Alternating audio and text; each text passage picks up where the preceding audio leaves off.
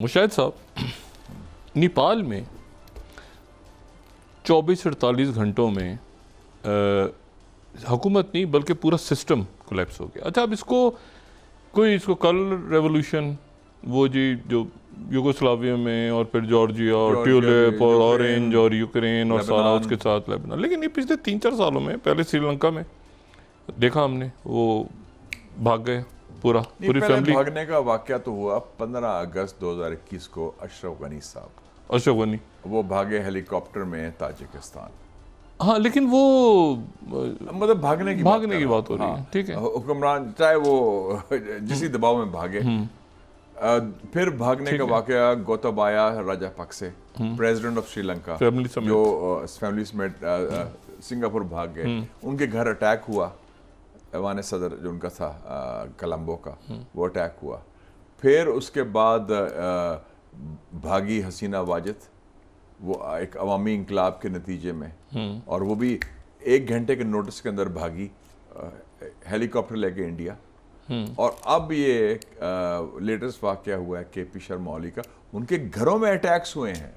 मेरी बात हो रही थी कि मेरा दोस्त भी है। अच्छा, आप उनके साथ मेरे ख्याल से किसी प्रोग्राम में भी आप आते रहे पहले CGTN के प्रोग्राम में करते थे कि मैं प्रोग्राम जानता हूँ। केपी शर्मा ओली 3-4 दफ़ा प्राइम मिनिस्टर बन चुका है और 2 दफ़ा लिवर ट्रांसप्लांट भी हुआ है। तो चाइना में भी मेरी इनसे मुलाकात हुई थी। अच्छा। और तो वो मैंने उसके जो उसका असिस्टेंट था उसको भेजा, राजन बतरा है उसका नाम है, कौमी सलामती का मशीर है।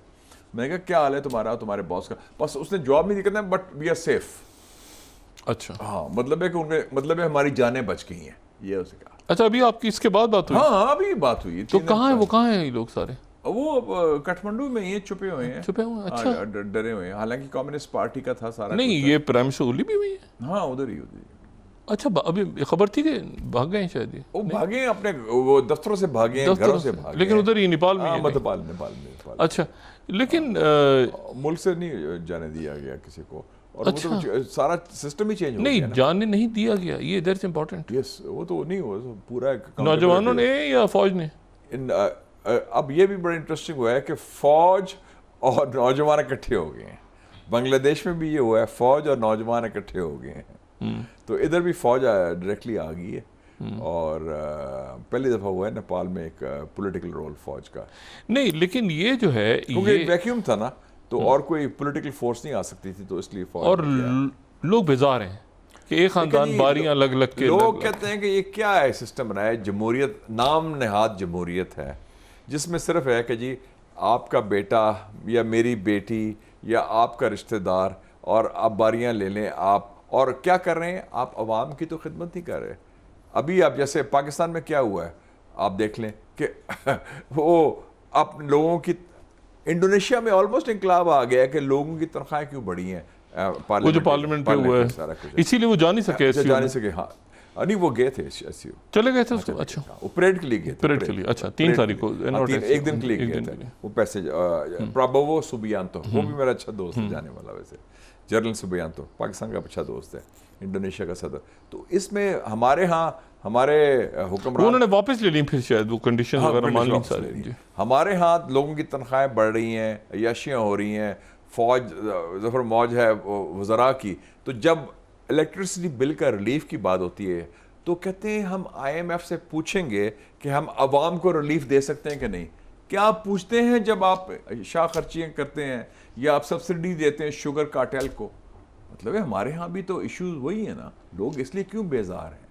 ये जो है ना, एलीट वर्सेस स्ट्रीट, अवाम वर्सेस ये जो रूलिंग एलीट है, वो कहते हैं कि सिर्फ इनका मकसद है, जैसे मैंने एक दफ़ा कहा था, लुट्टो ते फुटो, take the money and run. Hollywood movie भी थी है कि वो बस माल बनाओ अपने ज़ात के लिए, अपने ख़ानदानों के लिए, अपने कबीले के लिए या अपने पार्टी के लोगों के लिए। तो ये अवाम की खिदमत कोई करने को तैयार नहीं। अब इस फ्लड में क्या हुआ है? किसी ने कोई अवाम की खिदमत की है? ये तो मैन मेड डिजास्टर है, गलत पॉलिसी की वजह से हुआ है, सिर्फ क्लाइमेट चेंज नहीं है। पता नहीं कितनी 100 हाउसिंग सोसाइटियां बनी हुई हैं। और 2 साल पहले इतना बड़ा फ्लड आया था, उसका क्या सबक सीखा हमने? उसके बाद क्या पॉलिसी चेंज हुई? ना सूबों में ना वफाक में। तो ये जो है, बी वेरी क्लियर के वी शुड नाउ नो कि नेक्स्ट इन लाइन कौन है। Nobody is exempt from the law of nature. ये जो है ना, ये लावा फट सकता है। किसी वक्त भी, क्योंकि लोग कह रहे हैं कि ये किस लिए सिस्टम बनाया। डेमोक्रेसी की बात करते, जमहूरियत, इट्स अबाउट डिलीवरी। क्या आवाम को क्या मिल रहा है इससे? आवाम को तो कुछ नहीं करे, अपने खाने पीने का सारा इंतजाम हो रहा है। आवाम के लिए आप कहते हैं हम IMF से पूछेंगे। हद हो गई, ये इंतहा है आपकी कैलस अप्रोच की कि कोई दुख दर्द नहीं आवाम के मुसीबतों का, ये जो उनकी मुश्किलात का। और अपने लोगों की तनख्वाहें भी बढ़ रही हैं, मौज मेला भी हो रहा है, शाह खर्चियाँ वही हो रही हैं, कोई कफ़ायत शारी नहीं हुई, कोई इकॉनमी नहीं हुई। लोग देखते हैं कि how they live, massive protocol, गाड़ियाँ जा रही हैं, फिर रहे हैं, सैर सपाटे करी जा रहे हैं, कोई आपको रोक रहा है? तो ये ऐसा सिस्टम नहीं चल सकता डॉक्टर साहब, चाहे पाकिस्तान हो या नेपाल हो या बांग्लादेश हो या श्रीलंका हो। अवाम को आप अंडर एस्टिमेट ना करें। मुझे सब नेपाल में जो हुआ है ये क्या हुआ है, इसके पीछे कौन है? ये खुद हुआ है, ऑर्गेनिक है। देखें ना, इधर से 17 लैंडलॉक कंट्री, हमारा ज़ाहिर सार्क बड़ा, ये होता है कि हम थर्ड नेबर हैं ना उसके। हाँ। हम थर्ड नेबर हैं। अच्छा, तो बात ये है कि एक तो लैंडलॉक कंट्री 1750 किलोमीटर भारत और उधर वेस्टर्न कमांड PLA की। अब सवाल ये है कि इंडिया इसको कैसे देख रहा है? वो उनमें एक बात चल रही है कि इसके पीछे जो है वो मतलब ये उसी तरह का कलर रेवोल्यूशन है और CIA इसके पीछे शायद। और हमें क्योंकि हमारे ऊपर बमबारी की हुई है टैरिफ्स की, हर दूसरे दिन ट्रंप कभी EU से कहता है, कभी नेटो से कहता है, EU से कहता है, नेटो से कहता है, डायरेक्ट। ये भी बड़ी बात है कि हम क्या हुआ है नेपाल में? अवामी कुव्वत भी होती है, पावर ऑफ द पीपल। हर चीज़ को हम साजिश ना समझे। लोगों का भी एक जज्बा है, लोगों की भी एक राय है, लोगों का भी एक रद्द अमल है। लोग कहते हैं इनफ इज इनफ, ये काफ़ी होगी, and we have people react. तो ऑर्गेनिक है, खुद लोगों ने लोग तब्दीली दुनिया में कैसे, इंकलाब कैसे आते हैं? हर एक ने को आंख मारी होती है या आशीर्वाद की होती है। लोगों की अपनी कुव्वत है, अपनी राय है। और साउथ एशिया के लोग तो वो ट्रिगर मेरे ख्याल से जो गोली चलाई है इन्होंने, और जो व्हाट्सएप एप्लीकेशंस बंद की हैं, व्हाट्सएप और वो सारा उससे वो ट्रिगर हो गया और सफोकेशन का माहौल हो गया, घुटन हो गई, तो उसका रिएक्ट होता है। अरब स्प्रिंग कैसे शुरू हुआ था? किसने को करवाया था? लेकिन फिर बाद में हाईजैक हो गया। वो बाद में हाईजैक किया, जैसे लीबिया वगैरह, मोहम्मद बौजी ने आग लगाई थी। लेकिन शुरू तो वैसे हुआ था, एक नेचुरल ऑर्गेनिक भी अपना होता है सारा। अच्छा, लेकिन इसमें व्हाट नेक्स्ट फॉर नेपाल?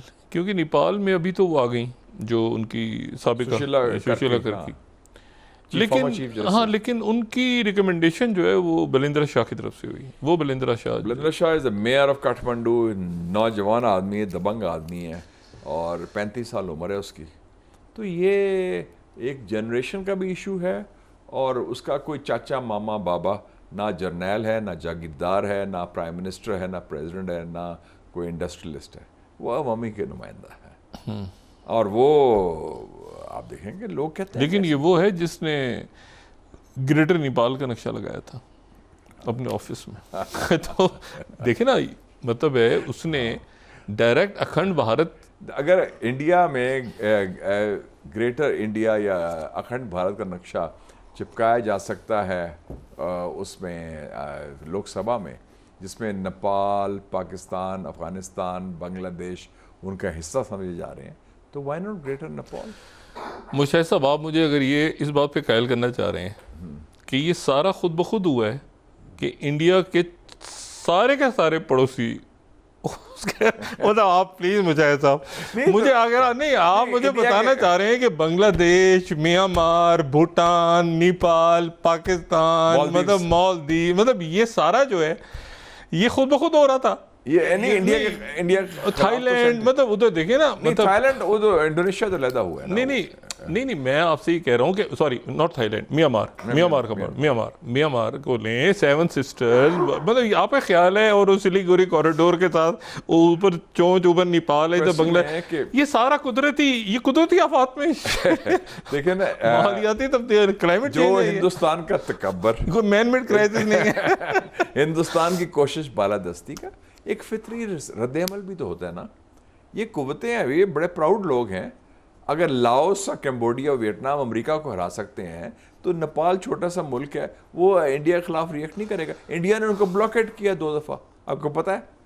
मैं एक ब्लॉकेट में गया 2010 में, मजाल है किसी ने चूक की हो, लाइनें लगी हुई थी तेल की, सारा कुछ है, उन्होंने कहा हम वी शैल ओवरकम। नेपाल में। हाँ, 1989 में राजीव गांधी ने भी किया था, फिर 2010 में भी किया था। मैंने उसको नेपाल में था, मैं नेपाल को 15-20 दफ़ा जा चुका हूँ। And my sister was head of the world bank in Nepal also एक ज़माने में। तो मैं तो पूरा जानता हूँ इस खत्ते को बड़ी अच्छी तरह, और मेरी सारी दोस्तियाँ भी हैं इस लीडर्स के साथ, लेफ्ट के पार्टी, कम्युनिस्ट पार्टी। नहीं, मुझे अब ये बताएं कि ये सारा जो है, हाँ, ये सारा जो कुछ हुआ है पिछले 3-4 सालों में खुद ब खुद हो गया है। तो उसमें व्हाट्स रॉन्ग विद दैट? लोगों का नहीं, तारीख कैसे, मैं राइट और रॉन्ग की तो बात ही नहीं कर रहा ना। मैं आपसे कह रहा हूँ कि कंटेन करना था चाइना को, कंटेन हो गया इंडिया, ये खुद ब खुद हो गया। इंडिया अपनी करतूतों में वैसे कंटेन हुआ है ना। इंडिया की बालादस्ती, वो तो चाइना ने किसी आंख नहीं मारी ना अमेरिका ने। अमेरिका तो इंडिया का हलीफ है। अमेरिका तो चाहता था कि ये सारे मुल्क इंडिया के नीचे काम करें। नहीं तो उधर कुकीलैंड की बात चल रही है और उसमें जो है वो इंडिया अपनी खैर बनाए। अगर ये बीजेपी की हुकूमत कायम रही और अगर वो मोदी के बाद वो आ गया दूसरा जो है योगी आदित्यनाथ, तो इंडिया मेरे ख्याल में इस स्टेट उस तरह नहीं रहेगी, उस नक्शे के तहत नहीं रहेगी। देखें उधर जो कुकी और इंडिया बहुत बड़ी कुकी लैंड की बात चल रही है जो क्रिश्चियन है और डाइवर्स मुल्क है। उसमें एक किस्म का वन पार्टी हिंदुत्व और तअस्सुब बुनियाद पर ये सिस्टम। वो शायद साहब पीछे कौन है, ये बताएं पीछे कौन है? पीछे कोई नहीं, अवामी अवाम के पीछे कौन है? अवामी कुव्वत। नहीं, एक सेकंड मेरी बात सुने ना। उधर वो कुकी लैंड की बात करते हैं, कुकी लैंड एक क्रिश्चियन रियासत बननी चाहिए। उधर आपको पता है ज्यूज भी हैं। वो ज्यूज इसराइल के साथ उनका वो कहते हैं कि हमारा जो एक कबीला था यहाँ पे, वो बनी इसराइल का एक कबीला, वो यहाँ के आबाद हो गया था, वो उधर उनका भी लिंक निकलता है कोई ज्यूज का भी वहाँ मणिपुर वगैरह में, आपको पता है उन रास्तों में। उधर यूनस कह रहे हैं 7 सिस्टर्स। तो ये नेचुरल रिएक्शन है टू हेजेमनी, टू बालादस्ती। नहीं, अमेरिका ने मुबारकबाद दी है, हमने चाइना ने भी दी है। कायद-ए-आज़म की याद में हमने फैसला नहीं किया था कि हमने इनकी बालादस्ती नहीं तो कबूल करनी, अपना अलग रियासत बनानी। What next? अब क्या आवाम की चलिए, आप कह रहे हैं सारा मौसमियाती तब्दीलियों के नतीजे में वो मैनमेड क्राइसिस नहीं है। मैनमेड क्राइसिस नहीं, नो। अच्छा, और ना किसी ने आंख मारी है, ना साजिश हुई है।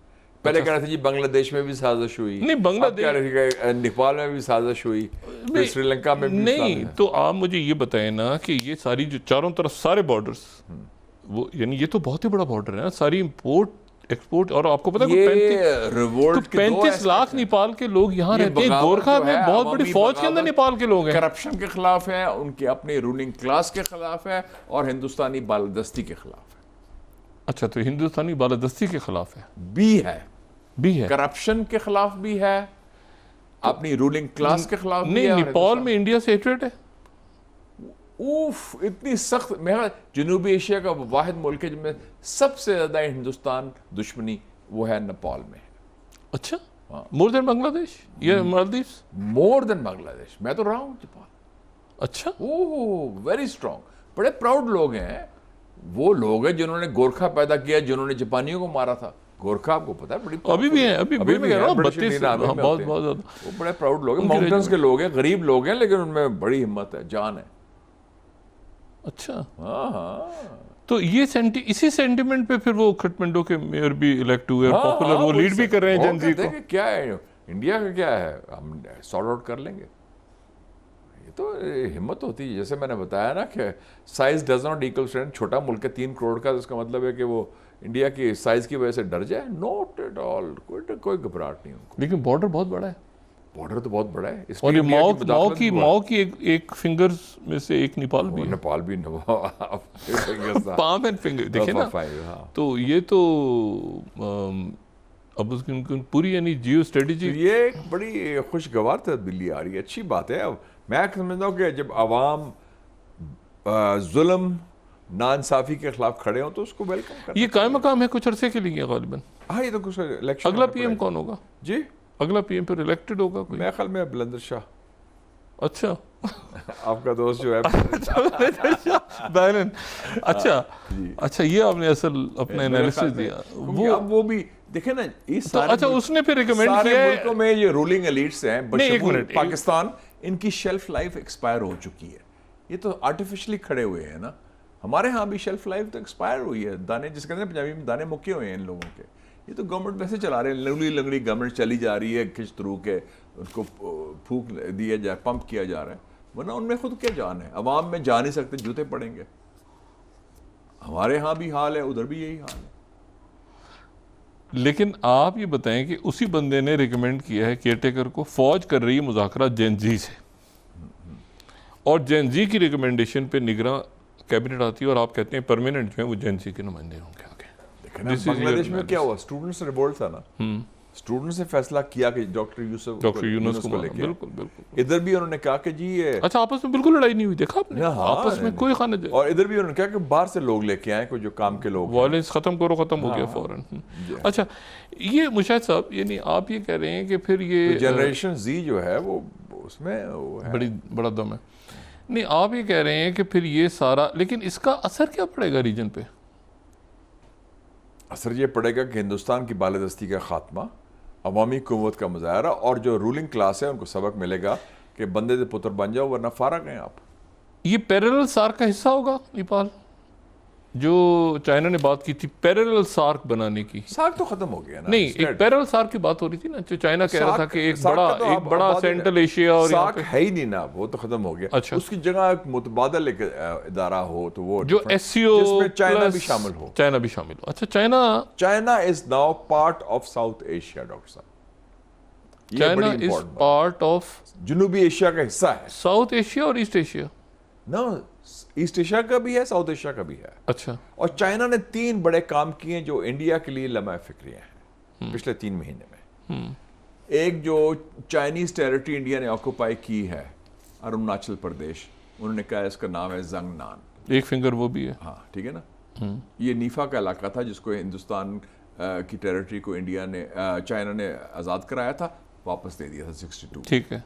दूसरा उन्होंने काम किया कि ब्रह्मपुत्रा डैम में मेगा डैम बन रहा है। और तीसरा जो पिछले हफ्ते फैसला किया है, एक बहुत बड़ी रेलवे लाइन बनेगी शिनजियांग से तिब्बत वाया अक्साई चिन। शिनजियांग से तिब्बत वाया अक्साई चिन। अक्साई चिन तो इंडिया क्लेम करता है हमारा हिस्सा है। इसका मतलब है कि हिंदुस्तान की बालादस्ती को दफन कर रहे हैं।